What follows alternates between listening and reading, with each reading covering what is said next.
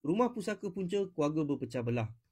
Dalam video ni saya akan share kenapa benda tu berlaku, dan dekat hujung video ni saya akan kongsikan juga macam mana nak selesaikan masalah harta pusaka ni.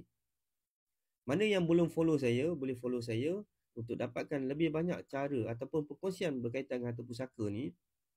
Jangan lupa untuk like video ni dan jangan lupa untuk share supaya orang lain pun dapat manfaat daripada perkongsian ni dan dia pun mula nak uruskan harta pusaka. Dan jangan lupa untuk save video ni supaya dia tak hilang.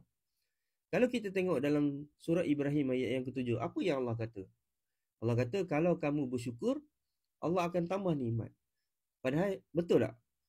Perlu tak syukur ni dalam diri kita? Sebab kita nak dapat harta ni percuma je. Dan tanpa ada apa-apa usaha sangat pun. Tapi kita syukur ataupun tak? Benda yang kita nak dapat ni. Lepas tu Allah kata dalam surah Al-Baqarah ayat yang ke-155. Allah kata, bersabar. Berita gembira untuk orang yang bersabar. Perlu tak sabar ni dalam nak menguruskan harta pusaka ni? Perlu. Kita ada tak benda tu? Bila bab lain kita boleh sabar. Bab anak, bab itu, bab ini kan.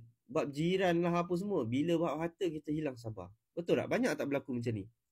Bila meninggal je, bergaduh je sikit, buka grup WhatsApp. Team A, Team B. Betul tak? Banyak berlaku. Betul tak? Sebab itulah kalau kita tengok, yang paling menyedihkan lagi, belum dapat lagi sijil kematian. Dah. Orang kata dah bergaduh dah pasal harta ni. Dah tuduh-menuduh, ada yang cuba nak ambil harta, ada yang cuba nak menafikan waris. Betul tak? Betul, benda ni memang banyak berlaku. Jadi, punca dia kenapa banyak berlaku masalah ni? Itulah kita tak ada akhlak yang baik ni. Sebab tu cara nak selesai dia, yang pertama kita kena ada akhlak yang baik. Yang sabar dan bersyukur. Nombor 2, kita tak boleh emosi dalam nak menguruskan harta pusaka ni.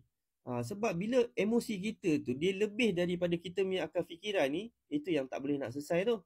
Sikit-sikit nak bergaduh, sikit-sikit tak puas hati. Betul tak? Yang ketiga, kita boleh tengok cara nak selesaikan dia. Kalau kata tak boleh ataupun tak mampu, boleh lantik pihak ketiga macam saya ni untuk uruskan harta pusaka. Macam saya ni objektif hanya untuk menyelesaikan je, bukan nak mengeruhkan keadaan tu lagi. Betul tak? Ni antara 3 cara untuk selesaikan harta pusaka. Apa pendapat korang?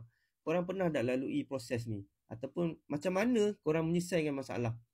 Korang boleh share dekat komen, saya nak baca. Nanti kita bincang sama-sama.